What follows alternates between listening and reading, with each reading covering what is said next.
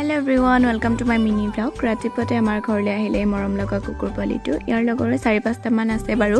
বাকি কেইটা নাহে যে একদম আহি আৰু মোৰ নিচিনা কোনে কোনে কুকুৰ পোৱালি ভাল পায় কমেন্ট কৰি জনাবচোন।